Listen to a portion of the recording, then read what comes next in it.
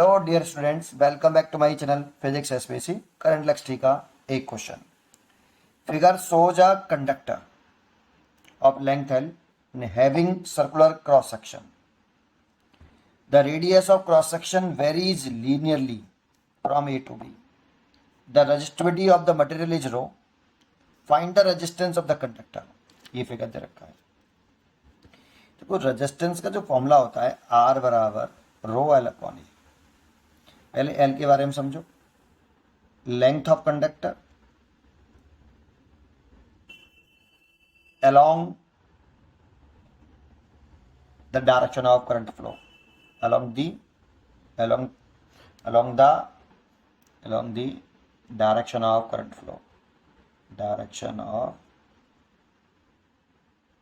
current, direction of flow of current, along लेना है। Length of conductor क्या है? along the direction of flow of current। और ए क्या होता है? Area of cross section perpendicular to the flow of current, to the flow of current. सबसे पहले तो इस पे ध्यान दीजिए कि लेंथ कौन सी होती है, एरिया ऑप्शन कौन सा होता है। देखो करंट ऐसे फ्लो कर रही है, आपको ये करंट ऐसे फ्लो कर रही है तो लेंथ तो गई एल, लेकिन एरिया क्रॉस सेक्शन देखें तो इसके परपेंडिकुलर फ्लो कर रहा है पहले करंट, लेकिन जैसे इसको आगे आएंगे तो एरिया क्रॉस सेक्शन बढ़ जाएगा, फिर और आगे आएंगे तो फिर एरिया क्रॉस सेक्शन इंक्रीज हो रहा है। तो लगातार एरिया क्रॉस सेक्शन इंक्रीज हो रहा है, तो यहाँ पर लेंथ तो कांस्टेंट है but area cross section variable है। इसीलिए डायरेक्टली इस फॉर्मूले से आप नहीं कर सकते इस क्वेश्चन को। तो फिर क्या करना पड़ेगा? तो इसमें क्या करते हैं, एक्स पे जाके इसको ऑरिजिन मान लेते हैं, एक्स बराबर 0 मान लेते हैं। एक्स पे जाके dx की एक यहाँ पे डिस्क काट लेते हैं, सर्कुलर डिस्क ऐसे बना दिए। लेकिन सोचो यहाँ पे एक पतली सी स्ट्रिप्स काटोगे ऐसे, एक सर्कुलर डिस्क आएगी। भाई ये वाला पोर्शन कैसा है? सर्कुलर। तो यहाँ काटोगे तो सर्कुलर ही तो आएगा। तो एक सर्कुलर आएगी। एक्स पे जाके dx की एक सर्कुलर, dx थिकनेस की एक सर्कुलर डिस्क काट ली, जिसकी रेडियस में मान लेता हूँ कि इसकी रेडियस r है। रेडियस आर कंसिडर कर ली। अब सोचो करंट ऐसे फ्लो कर रहा है, ऐसे अगर करंट ऐसे फ्लो कर रहा है तो लेंथ कौन सी हो गई? सोचो इस छोटे से स्ट्रिप के लिए देख रहे हैं, इस छोटी सी स्ट्रिप के लिए देखें तो इस छोटी सी स्ट्रिप के लिए लेंथ कौन सी? इसका रेजिस्टेंस लिखें D R equal to material की resistivity, the property of material, तो रेजिस्टिविटी तो वही रहेगी। लेंथ देखें तो इस छोटे से स्ट्रिप्स के लिए देखें तो लेंथ हो गई है डी एक्स। लेंथ लेनी है कंडक्टर की along the direction of flow of current, तो ये तो लेंथ हो गई आपकी कितनी, D x over area of cross section देखें तो करंट इसके जो सर्कुलर एरिया बनेगा, यहाँ पर डिस्क बनेगी, ये सर्कुलर डिस्क बनेगी आपकी, इसका circular area of cross section हो जाएगा pi r square. Area of cross section हो गया पाई आर स्क्वायर। तो देखो डी आर तो इतना आ गया, इसे समझिए। एरिया ऑफ क्रॉस सेक्शन लेना है जो perpendicular to the flow of current, तो करंट ऐसे फ्लो कर रही है बेटा, तो उसके परपेंडिकुलर तो लिया एरिया क्रॉस सेक्शन, और लेंथ अलोंग लिए, ये dx ली ये वाली। इस स्ट्रिप का एरिया निकाल लिया मैंने, एलिमेंट्री पोर्शन का area dr, length upon area cross section. लेकिन इंपॉर्टेंट बात ये है कि यहाँ पर x और r दोनों वेरिएबल है, x भी वेरिएबल है और r भी। अगर मैं ये स्ट्रिप यहाँ पे ना काट के यहाँ काटा होता तो x कम होता। जैसे जैसे मैं इस स्ट्रिप को इधर काटूँ तो x बढ़ गया, और इधर काटता तो x बढ़ जाता, इधर काटता तो x और बढ़ जाता। तो x भी चेंज हो रहा है, तो x भी वेरिएबल है इसमें, और इस स्ट्रिप की जो रेडियस है, सर्कुलर डिस्क की जो रेडियस है वो भी वेरिएबल होगी। अगर स्ट्रिप मैंने यहाँ पर काटी होती तो रेडियस बढ़ जाती, तो यहाँ से यहाँ तक स्ट्रिप की रेडियस बढ़ रही है, तो area of cross section radius भी वेरिएबल, r भी वेरिएबल एंड x भी वेरिएबल। तो यहाँ पे r भी वेरिएबल है और x भी वेरिएबल।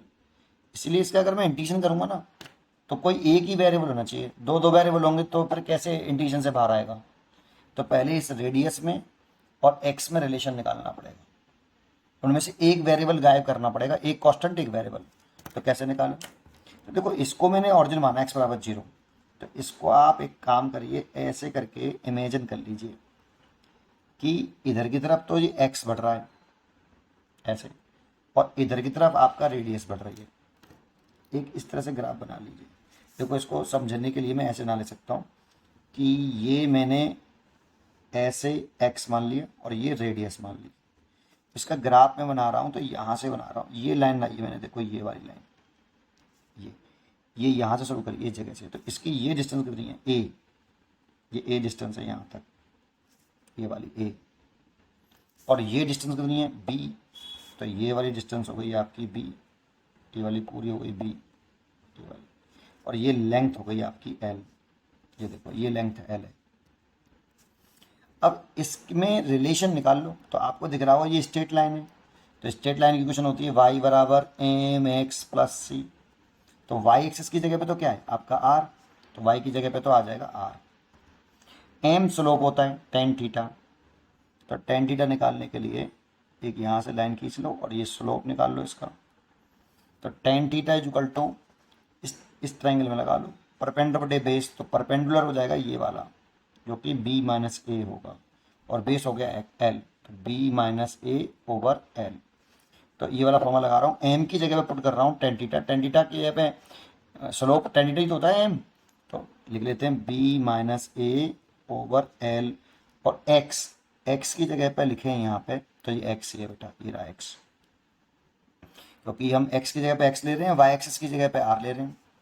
c y इंटरसेप्ट होता है, y इंटरसेप्ट होता है c, y इंटरसेप्ट का मतलब है कि स्ट्रेट लाइन, ये स्ट्रेट लाइन है, y एक्सिस जिस पॉइंट पर कट करती है तो यहाँ पे काट रही है, ऑरिजिन से उस पॉइंट तक की डिस्टेंस y इंटरसेप्ट कहलाता है, तो यहाँ पे y इंटरसेप्ट हो गया a, y इंटरसेप्ट है।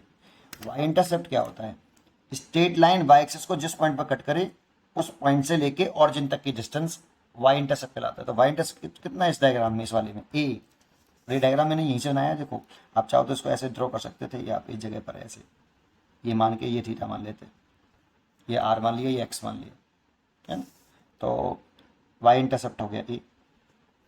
अब मेरे को इसमें क्या करना है, x में से और r में से एक ही टर्म जो है वेरिएबल, दोनों टर्म वेरिएबल है, एक टर्म वेरिएबल करने के लिए मेरे को निकाल लें यहाँ से dr बाई डी एक्स के रेस्पेक्ट में इसका डिफरेंशिएशन कर दूँ तो कर दूँ, तो ये b माइनस ए ओवर एल, एक्स का डिफरेंशिएशन कितना 1, और a कॉन्स्टेंट टर्म है तो a का 0, तो यहाँ से अगर मैं dx निकालूँ, उल्टा कर लूँ इसको, dx निकाल लूँ तो दोनों को उल्टा कर लूँ, तो dx बटे dr is equal to L upon b minus a. यहाँ से dx निकल आया आपका कितना, यहाँ से dx कैलकुलेट हो गया कितना, एल अपॉन बी माइनस ए इंटू डी आर, ये जो dx निकल आया, और ये वाली वैल्यू यहाँ रख दो, इसीलिए dr निकल आएगा। रो dx की वैल्यू देखो ये लिख रहा हूँ, रो dx बटे पाई आर स्क्वायर, तो रो dx की वैल्यू लिख दी है मैंने एल अपॉन बी माइनस ए, है ना, बी माइनस ए, और ये तो dx की वैल्यू पुट कर दी, और डी आर, ये तो देखो dx की वैल्यू पुट हो गई, ये वाली dx की value L upon b minus a D R, और divided by pi r square, ये डी आर आ गया। अब इसमें केवल एक ही वेरिएबल है r, बाकी के सारे टर्म कांस्टेंट है, देखिए, तो इंटीग्रेशन कर दो, इंटीग्रेशन करने से टोटल आपका क्या निकलेगा, रेजिस्टेंस आएगा। लेकिन इंटीग्रेशन करने से पहले ये समझो, इसमें ऐसी स्टेप्स काटे हैं, जैसे एक स्टेप मैं यहाँ पे काटूँ, है ना, इसमें जितनी भी स्टेप्स आप ऐसे काटोगे, इसमें करंट कैसी है, सेम ही है, कैसा है, करंट सेम है, तो ये सारी स्टेप्स जो हैं, इसका रेजिस्टेंस डी आर, इसका भी रेजिस्टेंस कुछ होगा डी आर, ये डी आर, तो ये सारे रेजिस्टेंस सीरीज कॉम्बिनेशन में आ रहे हैं, इनसे देखिए करंट सेम फ्लो कर रही है, और सीरीज में है तो इन सब के स्टेप्स के रेजिस्टेंस को ऐड करना पड़ेगा। अब ऐसी कितनी स्टेप्स हैं बेटा इसमें, तो इसमें हम ऐसी पतली पतली इनफाइनाइट स्टेप्स काट सकते हैं। जब भी किसी ऑब्जेक्ट को इनफाइनाइट पार्ट में ब्रेक करना पड़े, फिर ब्रेक करके जोड़ना पड़े, तो मन में ख्याल इंटीग्रेशन का आना चाहिए। भाई ऐसी कितनी स्टेप्स हो सकती हैं, बहुत सारी, और ऐड क्यों कर रहे हैं, सब सीरीज में है, तो सीरीज में आर इक्विवेलेंट कितना होता है, R1 plus R2 plus R3 and dead dash. और ऐड करना, लेकिन इन्फाइनाइट सीरीज है बेटा, इन्फाइनाइट स्ट्रिप्स हैं, कितनी बार जोड़ोगे आप। तो इसका टूल क्या होता है, जब भी किसी ऑब्जेक्ट को इन्फाइनाइट पार्ट में ब्रेक करना पड़े, तोड़ना पड़े, फिर उसको ऐड करना पड़े, तो मन में ख्याल इंटीग्रेशन का आना चाहिए, इसीलिए इंटीग्रेशन कर लेते हैं। तो टोटल रेजिस्टेंस आ जाएगा integration dr, integration rho L बटे pi b minus a D R बटे आर स्क्वायर। देखो ये टर्म मैंने एक साथ लिख लिया, ये वाला रो एल पाई बी माइनस ए और डी आर बाई आर। अब रेस्पेक्ट में करना है इंटीग्रेशन आर के, रेडियस के टर्म में। तो देखो यहाँ से यहाँ तक का रेजिस्टेंस चाहिए, तो यहाँ पर रेडियस कितनी है ए, और यहाँ पर रेडियस कितनी है बी, तो लिमिट आएगी ए टू बी। कर लो, बाहर आ गया rho L upon pi b minus a, बाहर आ गया। इसको ले सकते हैं आर की पावर माइनस के 2 डी आर, और लिमिट हो गई ए से बी। इसमें इंटीग्रेशन का फॉर्मूला लगा लो, आर की पावर एन डी आर की पावर एन प्लस वन और N plus one, N does not equal to minus one. N की वैल्यू माइनस वन नहीं, तो एन की वैल्यू है कितनी, माइनस के 2, तो लिख दो रो एल बटे पाई बी माइनस ए और आर की पावर माइनस के 2 प्लस वन एंड माइनस के 2 प्लस वन, और लिमिट हो गई आपकी ए से बी।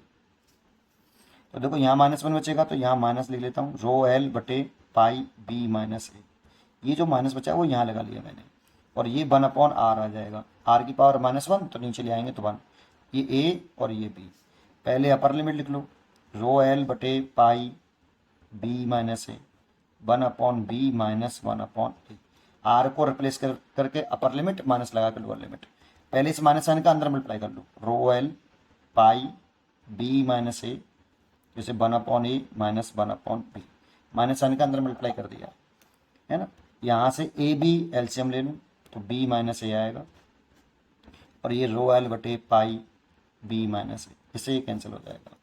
तो टोटल रेजिस्टेंस जो आ रहा है आर टी, वो आ रहा है rho L upon pi A B, ये इतना रेजिस्टेंस आ गया टोटल। उम्मीद करता हूँ कि आपको ये क्वेश्चन जरूर समझ में आया होगा। पढ़ते रहिए और खुश रहिए।